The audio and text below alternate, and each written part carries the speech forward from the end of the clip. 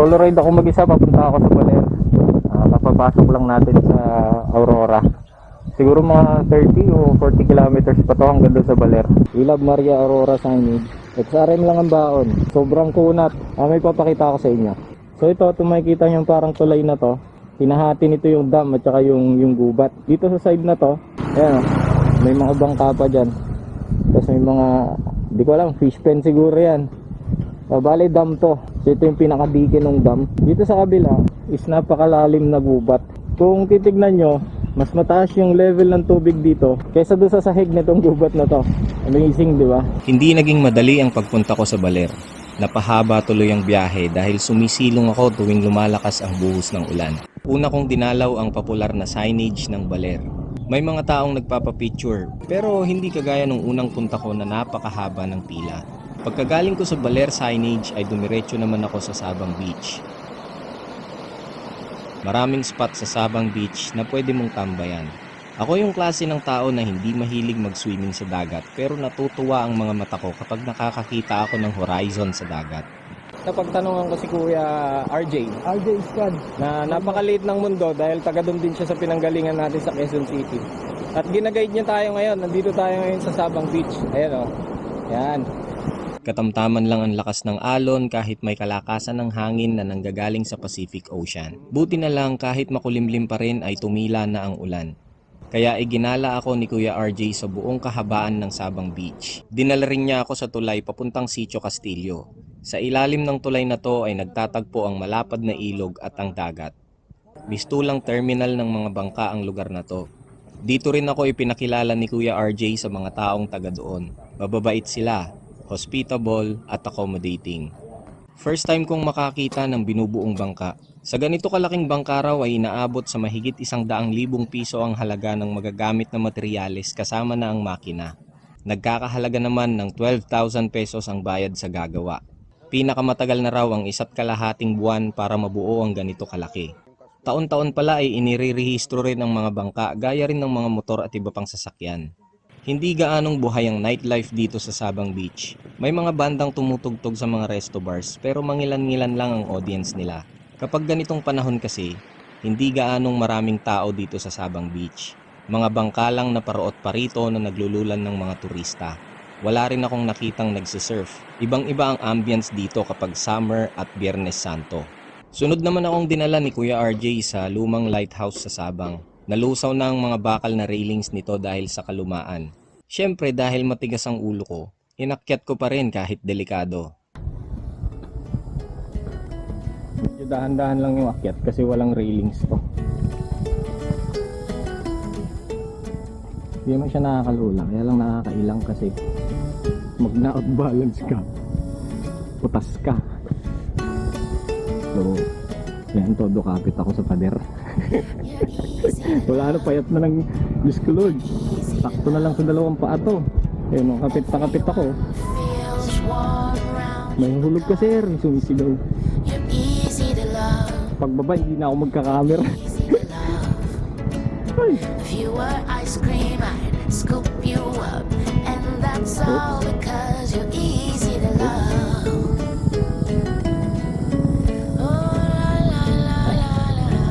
Yan, kapitan. Nalusaw na ro. Ngayon sagad na. Ngayon may kita yung dagat dito, ang ganda. Kita mo rin yung mga kabahayan. Ayan, todo sandal ako. Nakakatakot eh. Tignan nyo.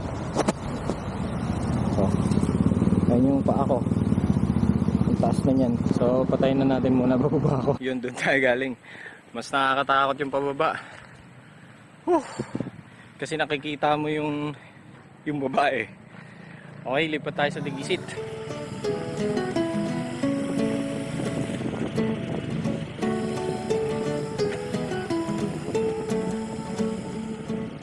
So dito sa kalsada may tumatawid na tubig. As in, sa kalsada talaga tumatawid siya. Pero pag tinignan mo, may tubig na nanggaling dun sa bundok. Lapitan natin ha. Ayan, parang may falls dito. Ayan. Ayan. Curious lang ako. Nadaanan ko na to dati pero ngayon ko pa lang to makikita. India. Ang ganda. Malinaw yung tubig. Well, maliit lang yung espasyo. Pero ang ganda. Doon o, galing doon o. Maganda siguro maakyat sa taas yan, no? Dumiretso ako sa dulo ng Sitio Digisit para sana akyatin ng Baler Lighthouse sa taas ng bundok. Pero hindi raw sila nagpapaakyat kapag ganitong nag-uulan. Pero nakiusap ako na i-video ko na lang yung lighthouse mula sa baba at tinayagan naman nila ako. Maulan. Pero medyo tumila naman. Ambon na lang. So ang gagawin ko, magkakape na lang ako. Enjoyin ko na lang yung lamig ng panahon. Babalik ako sa Sabang Beach. Siguro sa Cape Cabana ako pupunta. Dahil gusto kong sulitin yung lamig ng panahon, malamig din na salted caramel ang binili ko. Susulitin nga yung lamig eh. Huwag tayong magkape ng mainit. Tapos na ako magkape ng malamig. Ito mapapansin nyo, naaarawan ako. Medyo gumanda yung panahon. Natutokso nga akong gumala. Kaya lang, kung makikita nyo, ayan sa likod ko. Grabe yung dilim. And more likely, uulan yan. Tapos papunta dito. Actually, kung makikita mo, parang sinuklay na siya pababa. So, ibig sabihin, pumapatak na yung ulan. Papunta dito yan, malamang. So, kung gagala ako sa malayo, baka abutan ako ng ulan. Dadaanan ko muna yung hanging bridge. Bago makarating sa hanging bridge, ay napansin ko ang mga kakaibang pananim sa gilid ng daan na nakababad sa tubig. Ang tawag daw nila sa punong to ay sasa, at ang tawag naman nila sa bunga niya ay pungo.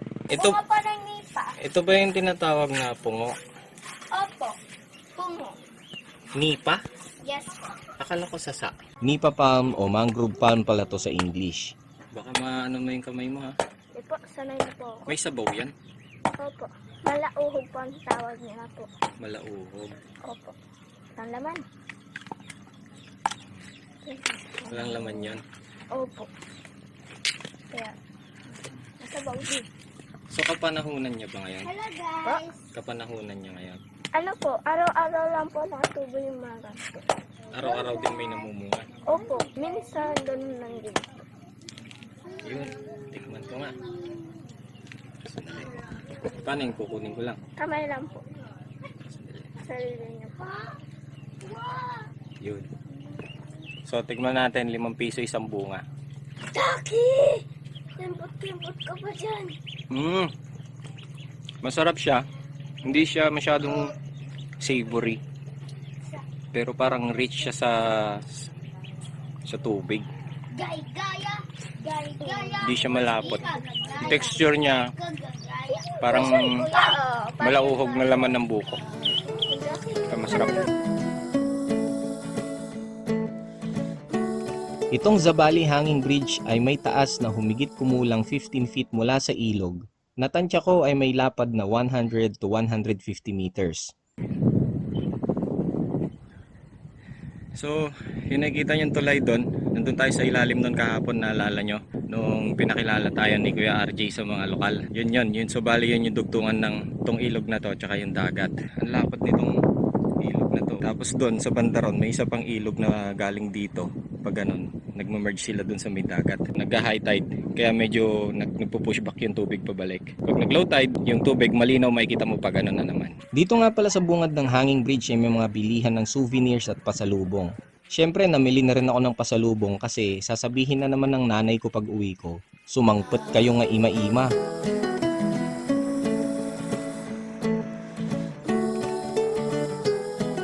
So dahil tuloy-tuloy naman yung sikat ng araw, natukso akong bumalik sa Digisit. So dito yung daan papuntang Digisit. Akyat muna ako dito sa Ermita Hills. Dito kasi tanaw mo yung buong Baler.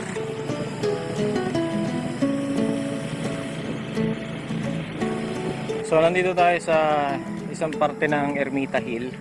May view deck dito. Tapos dito sa likod ko may mas mataas pang view deck. Pupuntahan natin mamaya. Pakita ko sa inyo yung view dito. Ganda ng view dito, solid. The best talaga pumunta dito sa Baler pag pag may sarili kang sasakyan. Actually, lahat ng mga nilibot nating lugar mula kahapon. Kung may sarili kayong motor o kotse, kaya nyo libutin yon sa loob lang ng maghapon. Ako kasi ayoko lang talaga nung nagmamadali. Parang gusto ko, bawat lugar na pupuntahan ko, na-enjoy ko. Ganda talaga dito. Alam nyo, kung nagmo-move on kayo, punta kayo ng Baler. Yun yung kasiguran. Tapos dyan makikita mo yung Dinityawan, Dipakulaw. Natatanaw mo dito yung kabuuan ng Baler at saka yung mga bundok sa palibot niya. Itong tulay na to, ito yung kahapon. Yung pinuntahan natin, yung dugtungan ng ilog at saka ng dagat. Tapos Doon sa banda pa ron, yung hanging bridge na pinuntahan naman natin kanina. So dito, Sabang, doon, Barangay Zambali. Itong view deck kung nasan tayo ngayon, tong Ermita Hill, sakop din ng Barangay Zambali. So puntahan naman natin yung isa pang view deck. Medyo matubig yung daan. Nag-uulan kasi dito. Ayan, dito tayo dumaan. Yun eh. Oops, tulas yung tiles. Okay. Ito yung medyo mas mataas na view deck. Yun, dun yung kasiguran. Mula dito siguro mga 4 to 5 hours pa yan kung chill ride ka lang. Yan. Yung nakikita nyo yun. Dun tayo dediretso.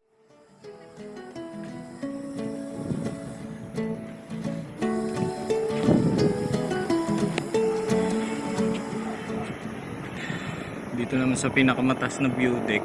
Ayan, naririnig mo rin yung mga sasakyan sa kalsada. Dito sa pinaka-platform sa tuktok ng Ermita Hill, may mga nakapalibot din na masarap na kainan pero isinasara nila ang Ermita Hill kapag dumilim na. So walang food trip dito paggabi. Sinamantala na rin ng mga kabataang to na gawin akong photographer nila. Kundi ba naman ako isa't kalahating tanga? Akala ko nahulog ko na kung saan yung susi. Naiwan ko palang nakasalpak dito. So tara sa Digisit. Siguro doon ako hanggang mag-sunset. Easy to love. You're easy to love.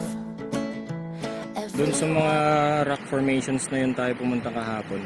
Doon tayo ulit pupunta ngayon. Doon ko kasi gustong tumambay eh. Hindi ko alam kung hihintayin ko pa yung sunset o hindi na kasi medyo mahirap ding abutan ng dilim sa daan. Eh kung sumabay pa na umulan, di ba? Tambay na lang tayo saglit doon. Humigop tayo ng mainit na kape or manghang na noodles. Ito ang isa sa mga dahilan kung bakit nabanggit ko na ang Sitio Digisit ang paborito kong lugar dito sa Baler. Ito ang ipinagmamalaking waterfalls nila dito. Napakalinaw, napakalamig at napakasarap pagmasdan ng pagbulusok ng tubig dito. You're easy to love. So ito yung di ko na unang kahapon. Kasi dead bat na yung camera ko. Pero ngayon, puntahan natin. Kita nyo, napakataas ng pinanggagalingan. Natural na tubig galing sa bundok. Tapos, may mga level siya. Tapos, ayan. Hindi tayo sa medyo ng gitna. Basta uro hanggang doon. Tapos may tunnel doon. Didiretso na yan siguro sa dagat. So hindi ko matiis na hindi makita ng up close. So malapit tayo ron. Medyo mahirap nga lang. Yan.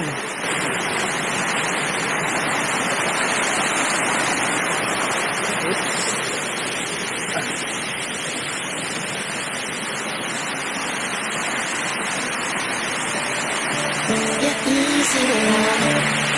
You're easy to love. Everyone feels warm around you because Ang ganda. Panalo. So makikita nyo dito sa background ko, napakataas na natin. As in, ang layo na natin sa kalsada. Pero ito kasi yung gusto kong makita. Grabe ang taas ng pinanggagalingan ng tubig. Ito, tapos may isa pang level doon. Tapos may isa pang level doon na hindi ko alam kung nakukuha ng camera. Panalo. Parang sarap magtampisaw dito. So, nandito tayo sa main na bagsakan ng tubig. Ang lakas ng bagsak ng tubig. Tapos umaanggi sa akin. Medyo basa na ako. Masasabi kong ito siguro yung paborito kong part ng pasyal ko dito sa Baler.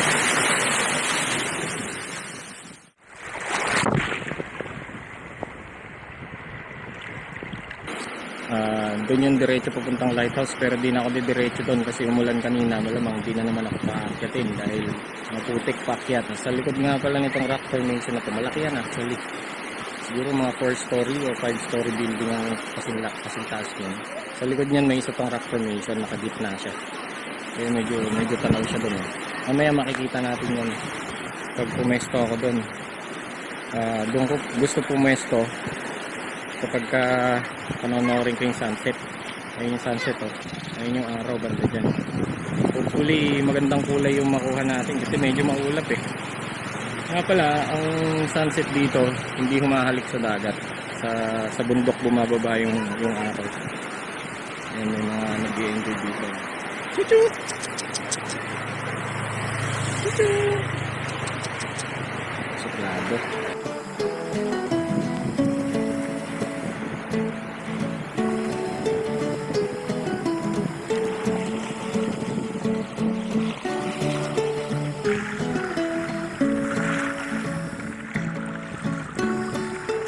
At naglakad na nga ako papunta sa paborito kong tambayan dito sa Baler.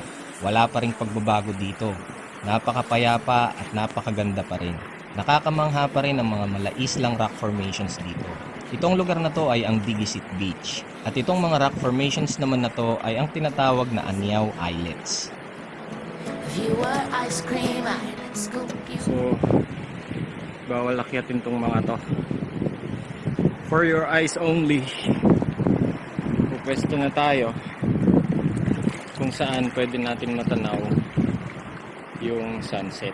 So merong rock formation dito, ito, tapos meron pa doon sa likod isa, malaki rin, tapos may isang puntot pa ron, tapos ito, ayun pa, parang mga maliliit na island. Habang pinagmamasdan ko itong dagat, naiisip ko yung madalas sabihin ni Gino na bakit kapag nakakita tayo ng magandang lugar, ang madalas sabihin natin, ang ganda, parang nasa ibang bansa ka. Bakit hindi natin sabihin ang ganda talaga ng Pilipinas? Bakit kailangan i-reference natin sa ibang bansa? Tignan mo kung gaano kaganda yung Pilipinas. Yung sa background ko. Diba? Dito ako pumesto kasi dito talaga kita yung sunset. Kaya lang yung araw natatakpan na ng makapal na ulap eh. Parang umuulan kasi sa area na yun. So mukhang hindi tayo nag-succeed na makita yung sunset. Pero magstay pa tayo ng konti. Gusto ko yung nakikita kong nagkukulay orange, di ba? Malay mo naman. Bali, dito yung unang punta ko dito sa Baler. Pero aminin ko sa inyo na dati, madalas ko sabihin to sa mga kakilala ko eh, kahit sa kapatid ko. Sabi ko, wala namang something special sa Baler. Diba? Malakas lang yung alon, marami nagsisurf, makikita mo rin naman sa La Union yan, yung mga ganitong rock formation, makikita mo rin naman sa mga baybayin yan sa Norte. Pero ito kasi yung pinakamatagal na nagstay ako dito sa Baler, and ngayon ko na siya na-appreciate. Ibang iba yung appreciation ko sa lugar na to ngayon kumpara nung dati na pumupunta ako. Siguro may kinalaman din yun dun sa kung anong mood mo eh, di ba? Kung anong emosyon meron ka kapag pumupunta ka sa isang lugar. Bale, mas komportable akong tumatambay dito sa sa Digisit kasi sa Sabang medyo mas maraming tao. Plain na buhangin lang kasi doon. Wala kang nakikitang rock formations. Tsaka medyo nakakarinig ka ng mga andar ng sasakyan, may mga bangka rin na paroot parito. Medyo mas maingay siya. Tsaka yung wind noise doon mas malakas kumpara dito. Hindi ko alam, siguro dahil may bundok dito na sumasalo o humaharang sa hangin. Pero iba yung katahimikan dito. Paminsan-minsan may mga dumadaan din namang bangka dito. Pero paisa-isa lang. Hindi naman siya nagkakos ng noise pollution. Majority, mas naririnig mo pa rin yung simoy ng hangin, yung pagaspas ng alon sa dagat. Wala, naging mailap sa atin yung sunset. Doon kasi sa part na lulubugan ng araw, makapal yung ulap, madilim, mukhang umuulan doon. Pero okay lang. Solve ko pa rin ang mas ganda ng view dito. So I think dito na nagtatapos yung gala ako dito sa Baler. Bukas, tanghali, babiyahin ako pabalik ng Maynila. So pabalik na tayo kung saan nakapwesto yung motor natin. May merienda lang tayo ng konti. Tapos balik na tayo dun sa pinutuluyan kong kwarto. Hindi ko naman talaga linya yung travel vlogging. Pero sabi ko sa sarili ko, kapag nag-travel vlog ako, gusto ko raw yung experience. Hindi siya yung parang solid na documentary. Para medyo yung kung ano yung na-experience ko, na-experience nyo rin. Hindi agad ako umalis kasi nagbakasakali akong makitang magkulay orange ang kalangitan dahil sa sunset. At hindi ako nabigo.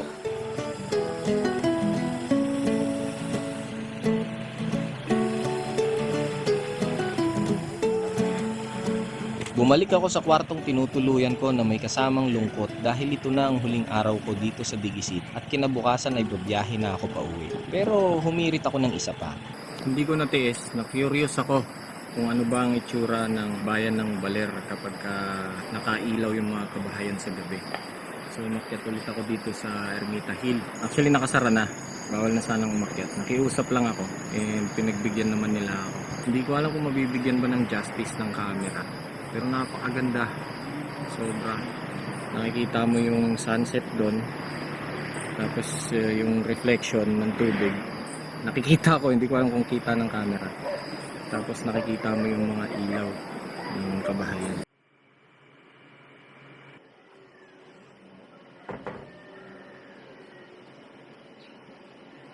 Nakakalungkot, pero oras na para pansamantalang magpaalam sa bayan ng Baler at sa lalawigan ng Aurora.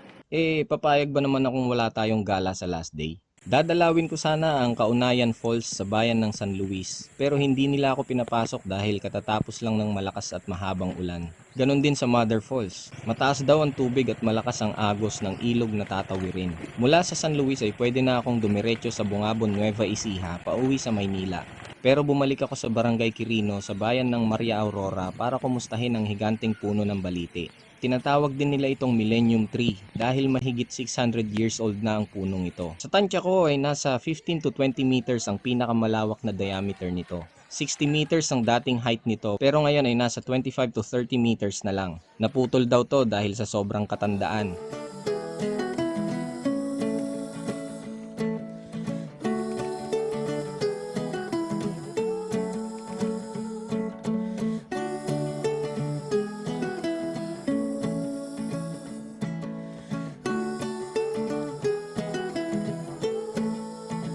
You're easy to love. You're easy to love.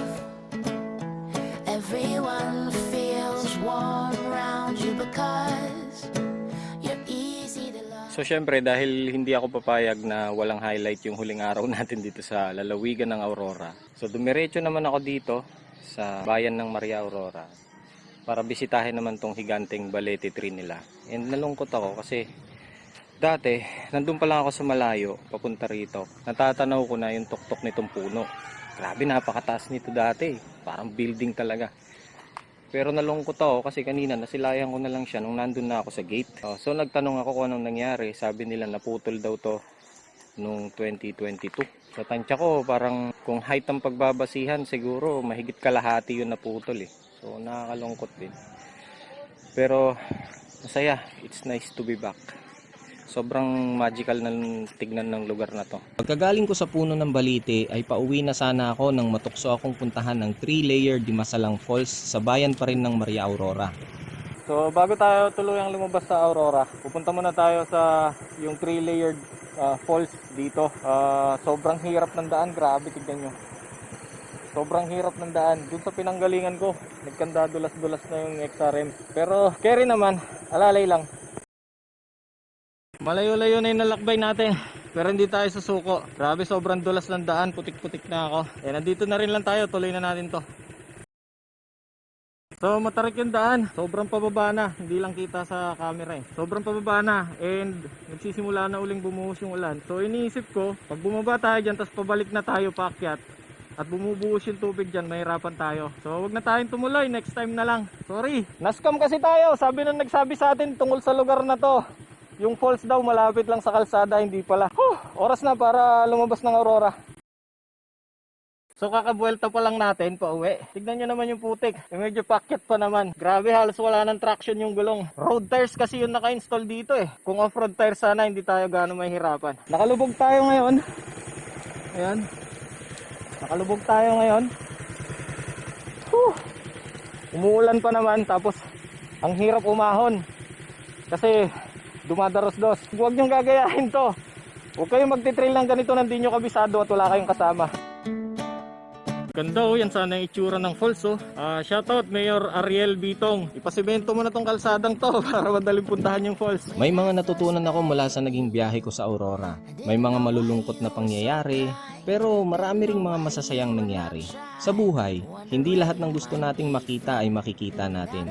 Hindi lahat ng gusto nating mangyari ay mangyayari. At hindi lahat ng gusto nating makuha ay makukuha natin. Pero sa kabila ng lahat, palagi pa ring may dahilan para magpatuloy at maging thankful. Dito,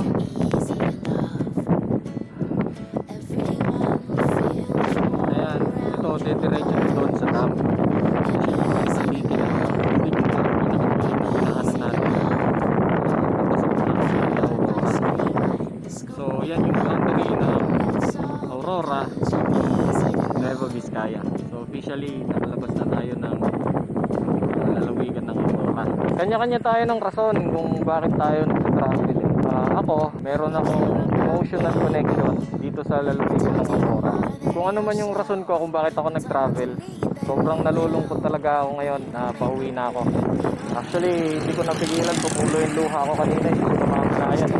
Nung nagsisingkin na sa akin, napalabas na ako ng Aurora. Hindi ko sigurado kung kailan, pero sigurado ako, babalik at babalik ako dito. Dito ko natatapusin yung vlog natin. Actually, first time kong bumuo ng isang travel vlog. Salamat sa pagsama. Sandali, hindi pa tayo tapos. May bonus video tayo. Okay to, sumayin ako sa Bantabangan Dam. As usual, yung water level dito, mas mataas na naman kaysa sa sahig nitong gubat dito sa kabilang side. Ewan ko kung nakikita nyo.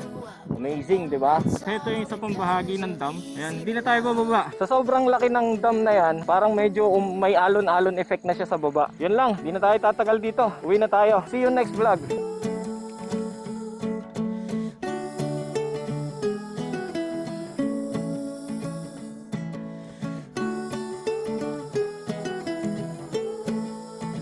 You're easy to love.